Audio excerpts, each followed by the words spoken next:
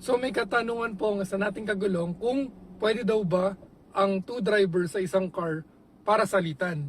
Ang kasagutan po natin dyan is yes, pwede po.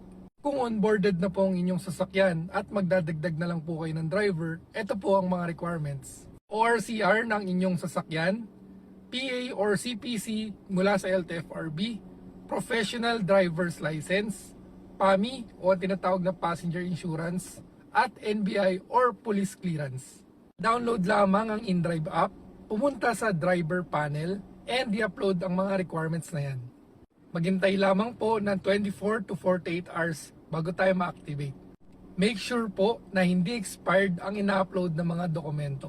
Kung kailangan po natin ng assistance o tulong sa pag-onboard ng driver or pag-onboard po mismo ng ating sasakyan, punta lamang po tayo sa ating opisina, 308 Cabrera Building 1, Timog Avenue, Quezon City.